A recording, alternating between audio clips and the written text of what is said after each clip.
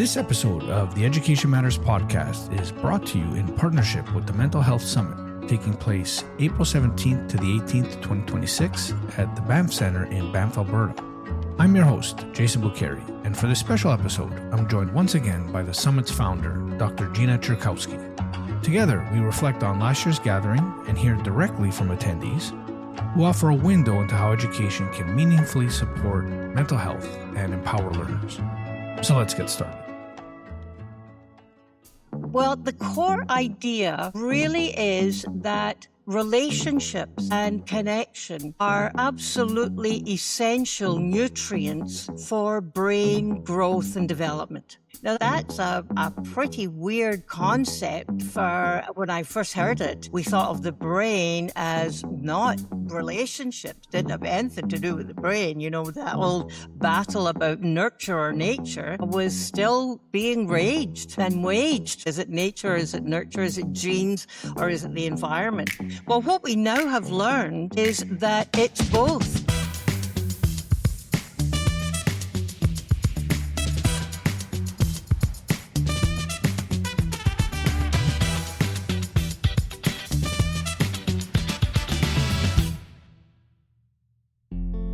This episode of Education Matters is part of our ongoing series in partnership with the Mental Health and Schools Summit. And I'm joined once again by my brilliant co-host for this series, Dr. Gina Cherkowski. And in this conversation, we sit down with Dr. Jean Clinton, a child psychiatrist, educator, and one of the OG voices in Canada on child development and well-being. Jean has spent the better part of 3 decades working with children and families, and what comes through immediately is not only her expertise, but her energy and really her whole vibe. She's thoughtful, direct, and disarmingly funny. And what you'll notice right away is how she moves between the research and real life. She can speak to the science of behavior, but she's always bringing it back to what's actually happening with kids in homes, in classrooms, and in communities. There's a moment in our conversation where she describes what it feels like to be at the bottom of a cliff, supporting children once they've already been struggling. But then she shifts that frame, and we discuss what it would look like to spend more of our time earlier, creating the conditions that make those struggles less likely in the first place. We talk about the role of relationships in shaping brain development, the interplay between genetics and environment, and the real, often underestimated capacity we have to influence outcomes through connection and care. We also spend a lot of time discussing schools, what's realistic, what's possible, and what it looks like to build environments where students feel safe, connected, and are ready to learn, with even things as simple as Fun Fridays. One other thing that I hope you notice is that throughout the podcast, Jean keeps coming back to something really, really important. And that's that this work does not belong to any one role, not to teachers alone, nor principals, nor clinicians. It's shared work across the school community. It was a real pleasure to have this conversation, and I'm looking forward to continuing it with Jean and Gina in Banff with everyone else at this year's Mental Health and Schools Summit. So without further ado, here is our conversation with Dr. Jean Clinton. Gina, welcome back to another Mental Health and Education Matters podcast as my ongoing co-host for this series. It's a pleasure to have you back. Thank you, Jason. It is a delight to be here. I'm really excited about this year's summit and looking so forward to talking to Dr. Jean, who we got to see at the very first ever Mental Health Summit. Yes, for sure. And Dr. Jean Clinton, welcome to the podcast. Oh, I'm very pleased to be here with you. Excellent. So, Jean, we would have had a proper introduction at this point, but can you maybe let folks know what keeps you busy these days? What keeps me busy? Well, I'm an infant, child, and adolescent psychiatrist. So not only am I very interested in the mental health of very little children, but I spend a lot of my time understanding and researching how the brain of young people all the way up to age 25 develops. And then I'm a knowledge translator and take what I've learned and make it accessible for as many audiences as will listen to me, Jason. So that's all the way from, I guess, early childhood educators working on the floor, literally with little children, to I've just written a paper with a judge here in Ontario about the importance of child development being thought of and how the brain develops being thought of as decisions are being made about children. So wherever I can go, I'm taking the message that love builds brains. Well, that's wonderful, and we look forward to sharing that with a audience of leaders across Canada and beyond. So maybe we start with Love Builds Brains, Jean. For folks that aren't familiar with your work, can you kind of describe what the core idea is behind it and really why it's so important right now? Well, the core idea really is that relationships and connection are absolutely essential nutrients for brain growth and development. Now that's a pretty weird concept Nice. for when I first heard it, coming from a medical degree. And when I was in medical school, we thought of the brain as not relationships, didn't have anything to do with the brain. That old battle about nurture or nature was still being raged. And raged, I say, because we used to go out drinking and argue about what was more important. Is it nature? Is it nurture? Is it genes? Or is it the environment? Well, what we now have learned is that it's both. Our genes are literally listening to the environment and being activated or silenced in a huge way by the genetic code, for sure. But the new knowledge is that the environment of relationship, connection, emotional atmosphere, for example, in a classroom, builds connection between the different parts of the brain. The big cell is the neuron that there are billions and trillions of. It creates actual connections between the neurons and creates networks and pathways that when a signal comes in, zoom, down it goes, that pathway. So relationships are nutrients, which is a essential concept, but kind of a weird one for many. Not the people who are coming to this conference, because they all know about it through Gina and her work. For sure. So, when you're looking at when a child feels safe, loved, connected, and you mentioned some of the neural pathways being created when a child feels that way, but can you kind of describe what's maybe more detail, what's happening in the brain, and then really how that shapes their ability to learn? Yeah, it's a crucial concept, and I'm so glad, Jason, that that we're linking learning and brain development so early in our conversation, because there's so much to think about. So when we are in a safe, nurturing relationship in the early years, it allows parts of the brain to make connections and develop with safety as a predominant feature. Those safe, nurturing relationships translate into classrooms and education, parenting, coaching, all of those things. When you feel safe and you know that you're loved and valuable, areas of the brain for new learning are ripe for the activation.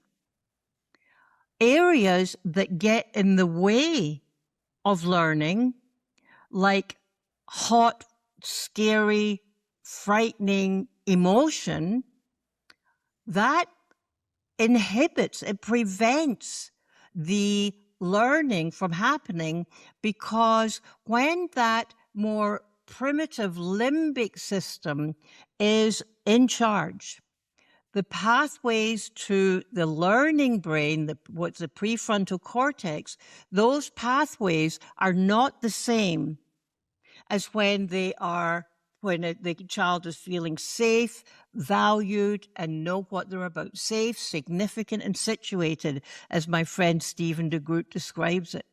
So when you feel safe, you can learn.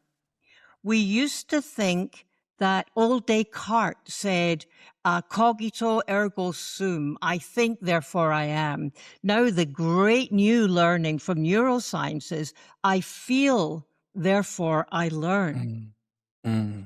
So important that educators think about the emotional climate in their classroom, not just the curriculum, but the emotional relational curriculum is so important in education. Well, I always had a lot of problems with Descartes, as brilliant as he was. I like that version a lot more than the Cogito. Gina, I love it. Thank you for saying that. You've actually been saying for many years that what happens in early years is so important over the course of our lifetime. We are seeing increasing levels of stress and anxiety inside our schools. We know disconnection is increasing among young people and sometimes in families. We just saw the recent happiness report with Canada's declining state of happiness, and in particular, our youth. So I'm just wondering if you want to talk about what are some things driving this shift and what are some things that we can do? Yeah, a great thing for us to focus on here. You know, I wish there was a simple, this is what the problem is, and so therefore, let's just pour all of our money into that. As with many complex things, there are complex reasons. So as I think about my driving force, which is relationships, I think if we look at that, we can see if you have healthy relationships, you are more likely to have a healthy, flourishing opportunity to move forward. If we examine what are relationships like for our young people now, what we see is that they're fractured. They have, as we hear so many times, John Haidt in his Anxious Generation books describes that there are multiple connections, but very little true connection. There's connectivity, but not much true connection. If you back that up a bit, and we ask parents, well, how are you feeling? We find out that there is a huge increase in adult mental non-well-being, that the anxiety, depression, suicidal ideation, all of that is increased in adults as well.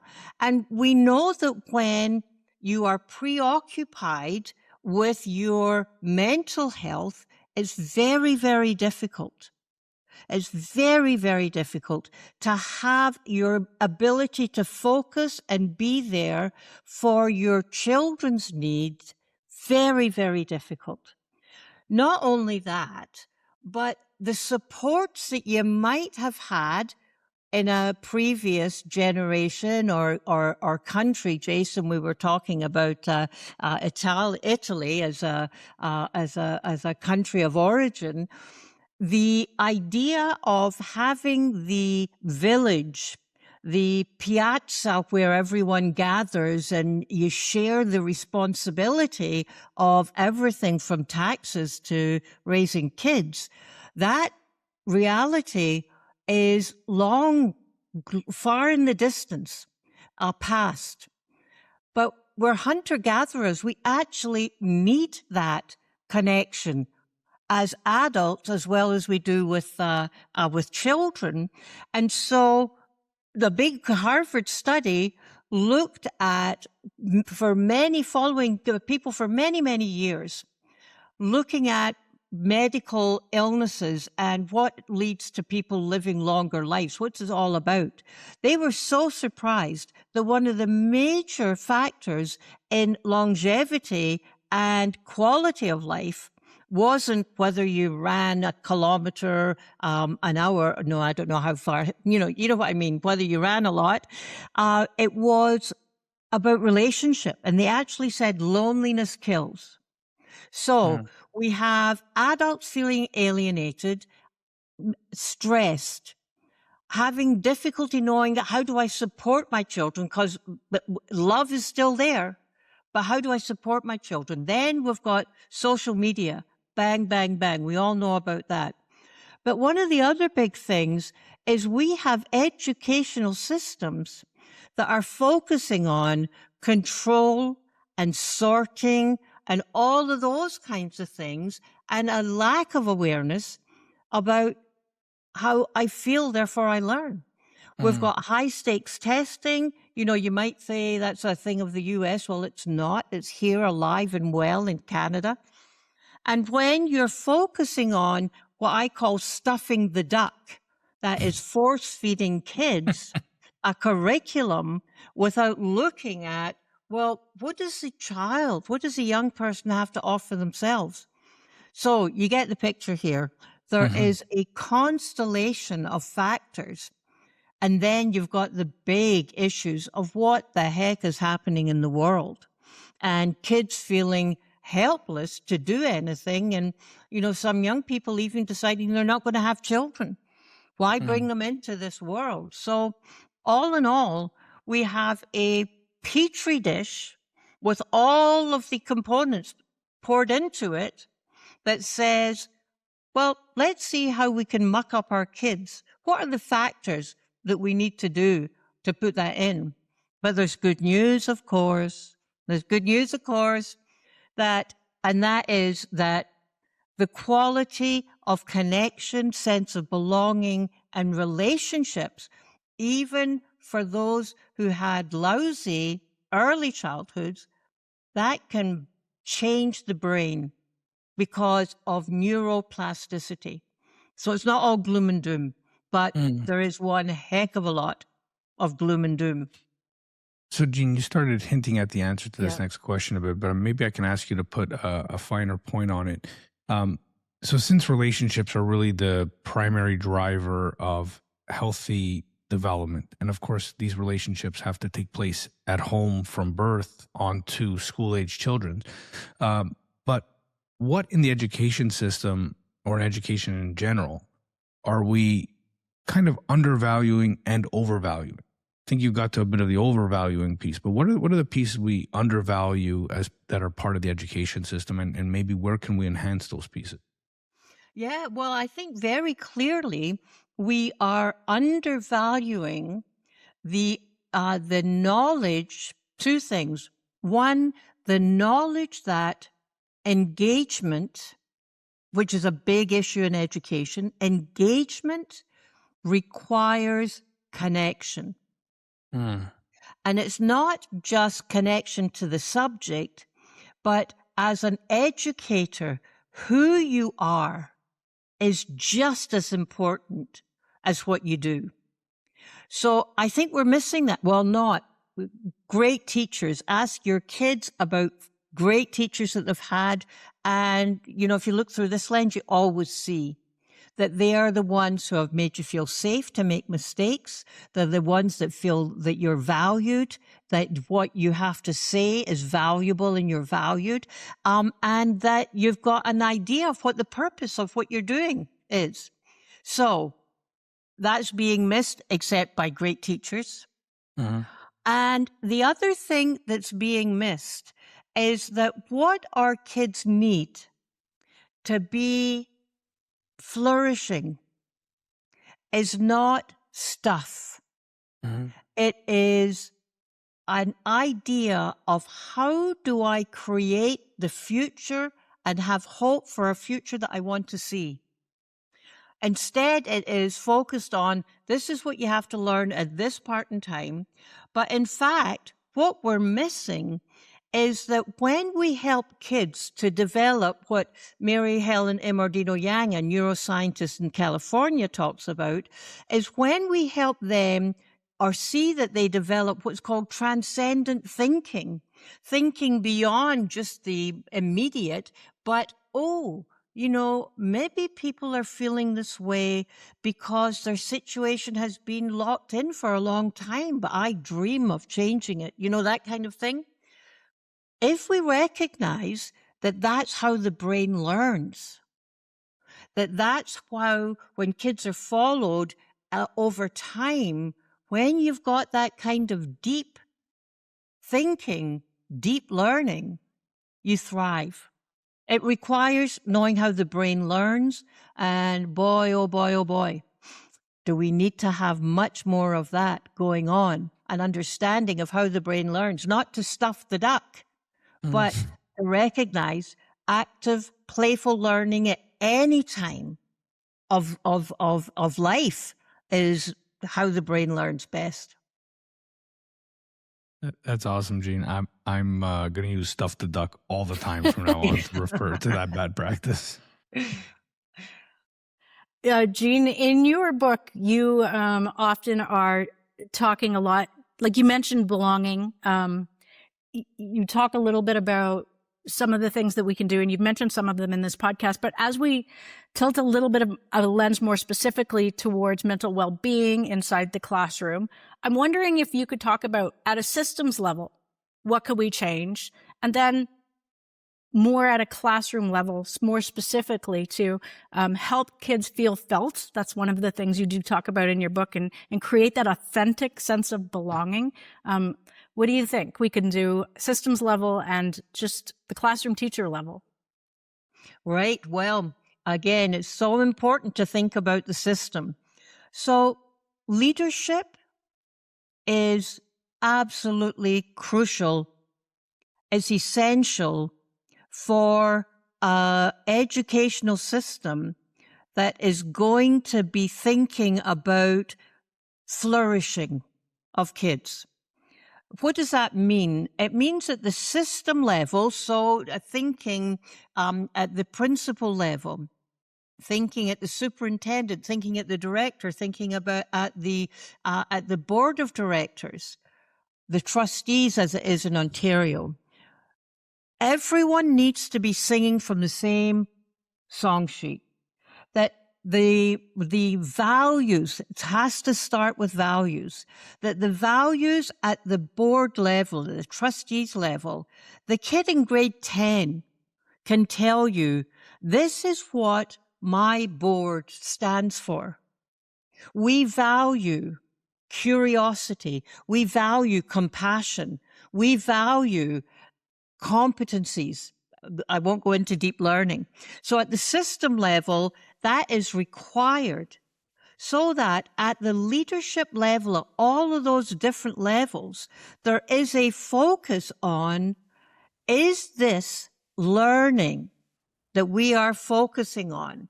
Is it respectful of our values, which is relationship-based? Are we thinking about this learning through an equity lens? And then at the more intimate level there of the principal, does the principal have support in saying the well-being of our educators and our staff is crucially important? Does he or she or they have the support above them to say, okay, guys, Friday is going to be a day of party. Why?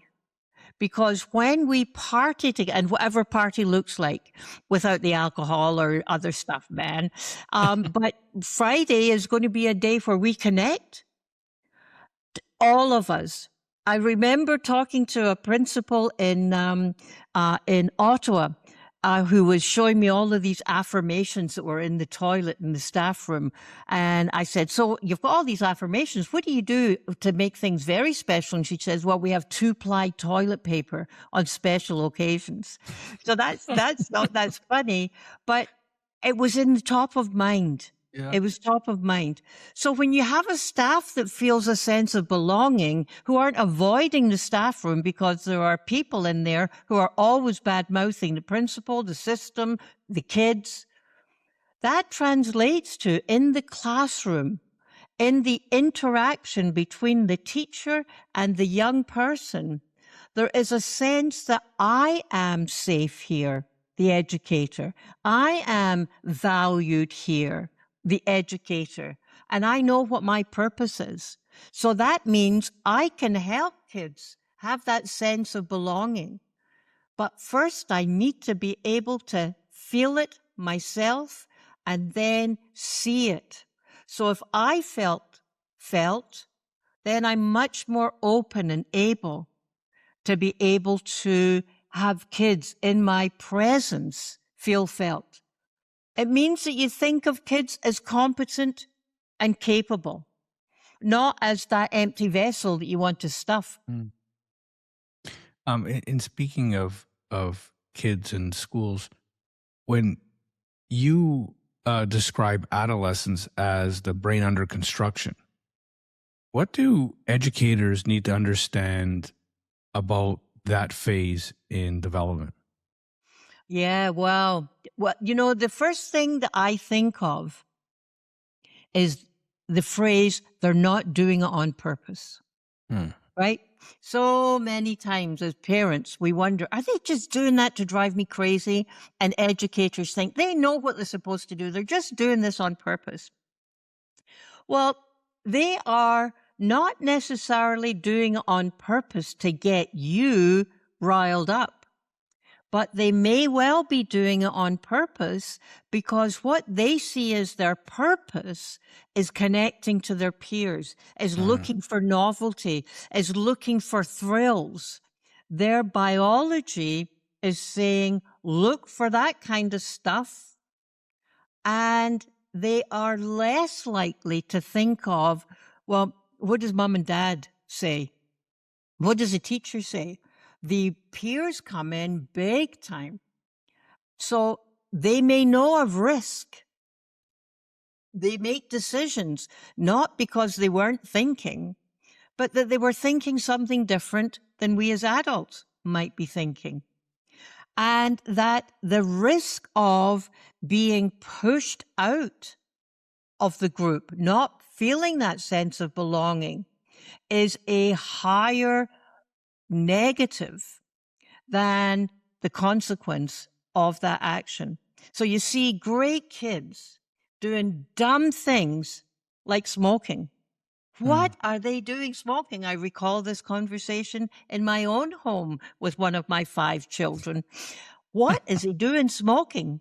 Well, he knows, family doctors, he wants to be a doctor, but the pressure of the peer, the risk of being outside that, that had more guts to him than the other. So risk-taking, novelty-seeking, thrill-seeking, emotional buzz is so important. One of the big things is that our thrill hormone, our reward neurotransmitter, dopamine, is under construction. All those pathways and connections are under construction. And so in adolescence, it's as if the baseline is low. It's just coming to be. But the buzz you get when you do something exciting, it's pretty reinforcing. You love it. You love it. You want more of it. Yeah. Well, that's what I think. They're not doing it on purpose. They're under construction. Now, I appreciate that term, under construction. That's another one I'm going to use. Now, Gene, I have a daughter who just turned 14, and my son turns 13 in a couple of weeks. And I even have a background in this area, this deep interest in the area of philosophy of mind, evolutionary psychology. and I remember reading something interesting once as to, why teenagers rebel so much. And they connected it to the need for genetic variation. So their brains would literally force them to get into arguments with their parents. So they would leave the village, leave the town, and go find a mate 100 kilometers downstream, and then eventually come back to the village and reintegrate with the family. Even knowing all that, I struggle with my teenagers, and I'm just getting started. So not only as a psychologist, but as a mom of 5, can you give me some guidance as to maybe how to catch myself, how to remember these things that I know, or just some tactics you might have in kind of penetrating that adolescent disposition? Yeah. Well, I would love to say, oh, of course, I'm an expert because I did it perfectly. Not at all. Oh, my goodness. So my mantra has always been, Jason, progress, not perfection. And, I remember one of my dear friends and mentors, the late Dr. Clyde Hertzman, saying, I don't know who it was, Carrie or somebody, anyway, said, do not let the perfect be the enemy of the good. So first of all, you're going to make errors and limit the amount of time that you spend thinking about your errors and more time thinking about how my relationship survives this period of time is way, way more important than thinking about what's the right consequence or, what are they doing, dyeing their hair purple and shaving the sides. Say, thank goodness the thing we have to argue about is the hair and this baldness rather than the sex and the drugs and the rock and roll, sex, drugs, and rock and roll. So it really, as I look back, it really is being able to say how we connect at the end of the day is so important. I can tell you that I've had experience with different flares in adolescence, shall we say, with 5 kids who are all different. I won't name any of my children, but they have been known to be in the back of a police cruiser, handcuffed and very inebriated. Now, you might say, well, who is going to listen to you if that's how you parent it? Well, because you know what? It ain't all about what we have done. There may be some biology like extroversion and relationship counts. Walking in the door, don't beak off at them. They've had enough. Let them go and sleep it off and then say, tell me. What we want to do is rip them to shreds and say, blah, blah, blah. Tell me. Because every behavior has a reason. Now, that reason may be, what? We may think, but it's important to them. So we need to always think, how do I understand this behavior from their point of view? So you connect before you correct, Jason. You do it in the little ones, but you connect before you correct as well in the adolescent years. Yeah, Gene, I think that's sound advice. I mean, my father's a professor of literature and philosophy as well. I think kind of had this kind of innate ability with us growing up to never let something go unsaid. It was almost like, you want to talk again, you want to talk, okay. But so it was always something in our house where the conversation was coming and then things were repaired and you felt heard in the very least. Oh, Jason, you just made a point that's so important. Repair. You're going to screw up. There's no question about that. Even in infancy, some of the research looks at how much time is the average parent in perfect synchronicity with their little infant. Turns out it's about 30%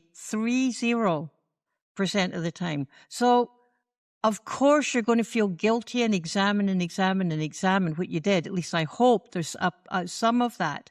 But recognize that when there are ruptures, repair is hugely healing and creates new connections in the brain that are essential.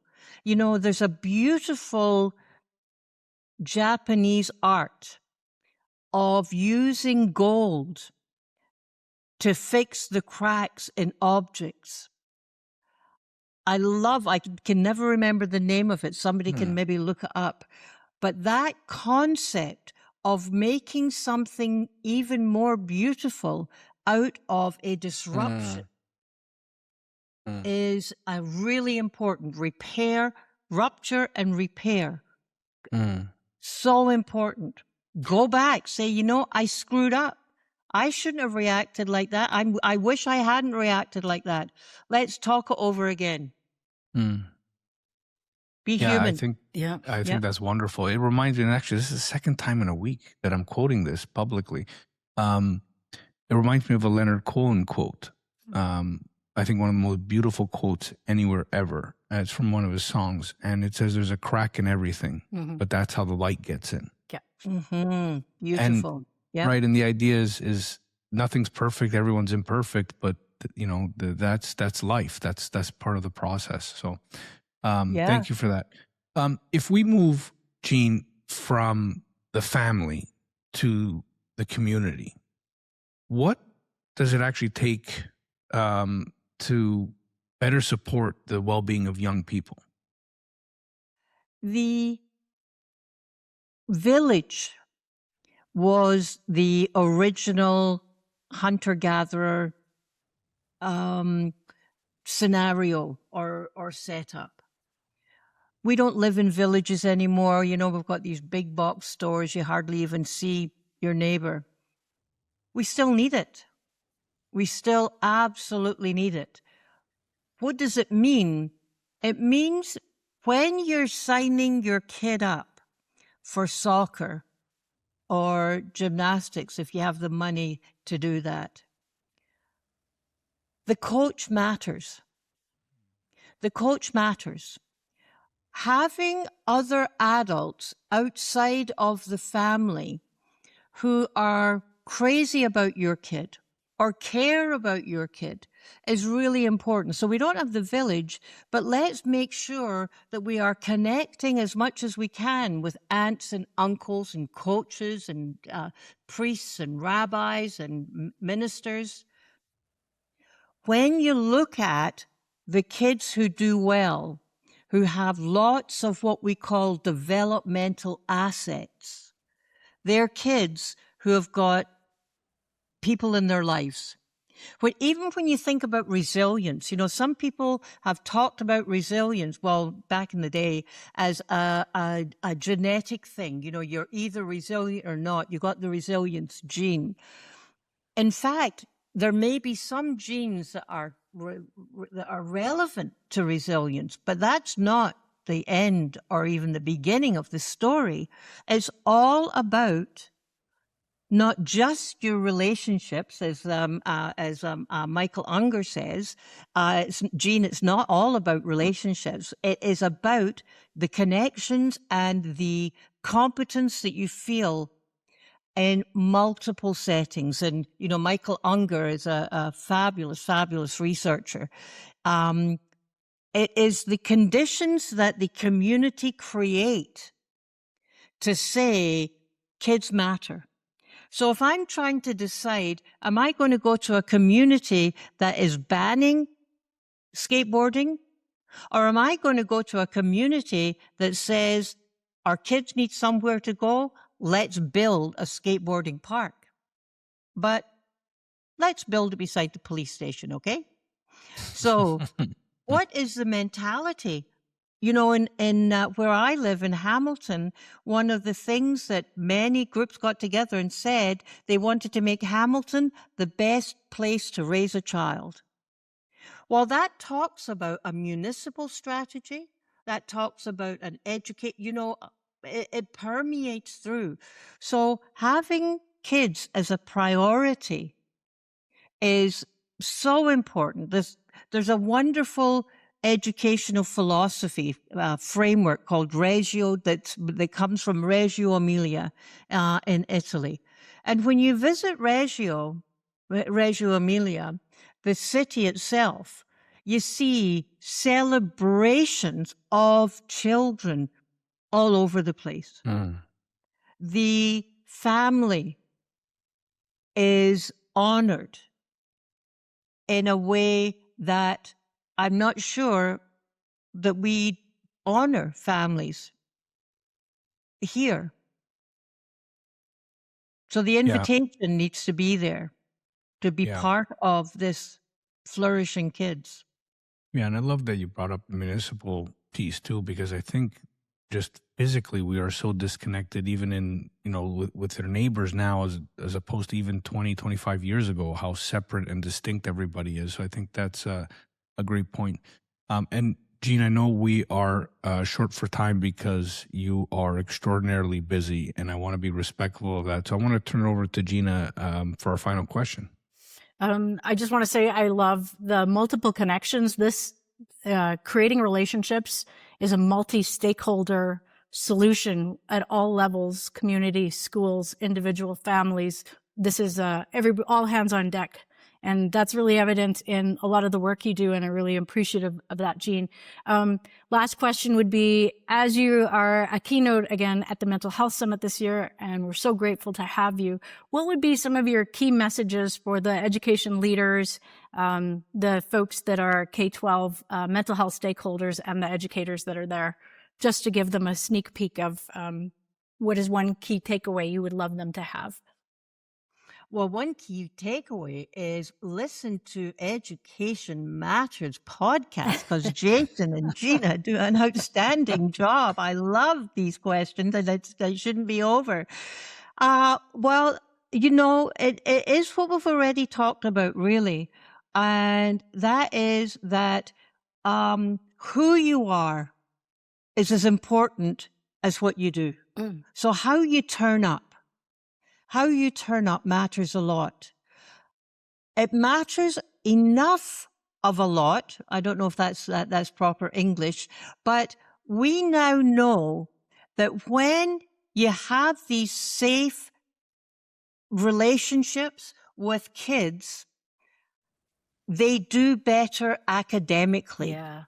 So even if you've got the piper who says, well, we have to look at these scores, you can say, not only have we done the score stuff, but our kids are actually thriving and flourishing. Let's not forget learning. Let's not forget learning. It's hugely important for the developing brain that they are learning as well. But keep in mind that who you are and how you are is more important than what you do. So we really need the freedom for educators to be able to take risks and take chances, just like we want the kids to do, to take risks and chances in their learning. Mm-hmm. So they need to be free to do that. They need to be able to, you know, just like we talked about, Jason, that the light that comes through. We know from psychotherapy that it's in times of deep conflict and challenge that the greatest growth happens. In order to be able to do that, you have to feel free to have a Friday where it's party day, where it is relationship and belonging, connection. And you want to be able to walk around the school as a principal, for example, or as a leader, and have the kids say, hi, I know you, I'm glad to see you, rather than, here comes the doo-doo, here comes the principal. Mm-hmm. So that relationship, connection. You still have to be having the expectations and clear guidelines. But how about, rather than having a set of class rules that the kid walks into, rather have a community meeting, a check-in at the beginning of the year, which you do every day.